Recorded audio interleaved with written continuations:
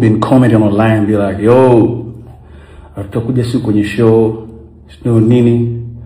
Mimi nikiona watu wana complain hivyo, naona tu kwamba tumefika in a situation as a nation we never been there, so hatujui mchawi ni nani au kumblame. As a nation we never been this point, you understand?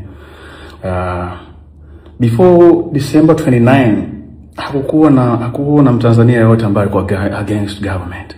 That's why you saw all the artists, we were so comfortable to support government and all that, support our president and all that. You feel me? So what happened? No one planned it. We didn't know that's gonna happen. You understand? So as nationals, it's a time to get together. Understand? Na kilichotokea kila mtu kimemfunza kwa namna yake. Understand? We don't have to be here and be like, oh, msamaha tufanye. So sisi wasanii sawa. What if wale wananchi ambao wameenda kupiga kura? You understand? You gotta blame them as well.